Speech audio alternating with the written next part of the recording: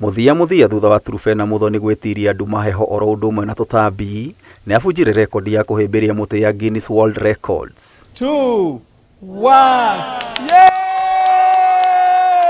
Dinashara na dakika 32 niguo Muthoni abunjire rekondi ira iri ho ya mathaa 24 na dakika 21 ira iranyitirirwo ni mwandiki wa mohoro kuma bururi wa Ghana. This tree must be the most special tree in the world today because this tree now goes into the history books as the tree that Muthoni hugged for 24 hours plus. Family arata na andiki ya mohoro kuma kambuni ya Media Max ne manyitanire nake na kumukenerera na gukunguira uhotani uyu. Where I'm seated as Kenya's ambassador to UNEP and the UN in Nairobi, I'm going to lead from the front in holding Muthoni's hand. I'm just so overwhelmed and I'm excited and I'm happy that you're here, and I acknowledge also your contribution because I've been to UNEP severally and I know that your invaluable contributions, and I'm looking forward to really working and collaborating with your foundation and also your sons. No ona abunjite rekondi ino Muthoni oigite ari na mayo na hinya wa guthie na mbere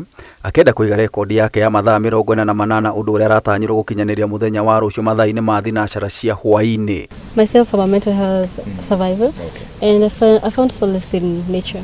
Like almost everyone is struggling with mental health challenges, and especially in the midst of this environmental degradation because of the wildfires and the drought and floods. The victims always have some post-traumatic stress disorder.